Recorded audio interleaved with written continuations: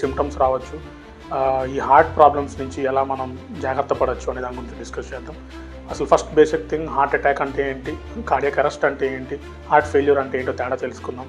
Heart failure అంటే సమయం పెరిగే కొద్దీ ఓవర్ టైం నెమ్మదిగా హార్ట్ పంపింగ్ యాక్షన్ అనేది వీక్ అయిపోవటం అనే దానివల్ల వచ్చే హార్ట్ ఫెయిల్యూర్. కార్డియాక్ అరెస్ట్ అంటే సడన్గా జరిగేది. హార్ట్ అటాక్ వల్ల కార్డియాక్ అరెస్ట్ అనేది జరుగుతుంది.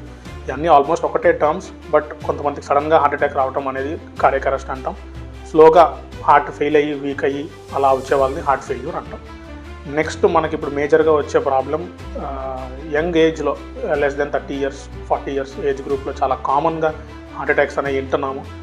ఇది మేజర్ కారణం is work stress, work life balance అనేది అస్సలు ఉండట్లేదు.